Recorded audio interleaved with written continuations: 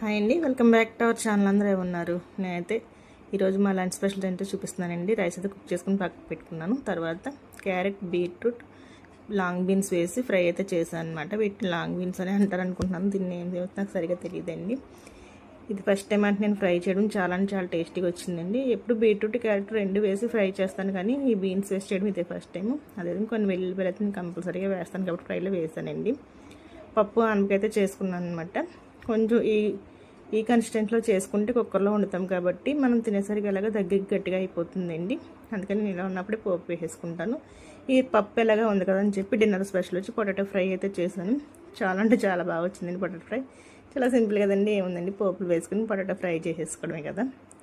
కొద్దిగా కొత్తిమీర, కొద్దిగా కరివేపాకు కూడా వేసుకుంటే తినడానికి బాగుంటుంది. కొద్దిగా పప్పు ఉంది, ఆ పప్పులోకి సరిపోతుంది కదా అని చెప్పి డిన్నర్ ఈ విధంగా అయితే మేము క్లోజ్ చేసుకున్నాం. మీరేం కుక్ చేస్తారో నాకు కామెంట్ చేయండి. ప్లీజ్ లైక్ చేసి షేర్ చేసి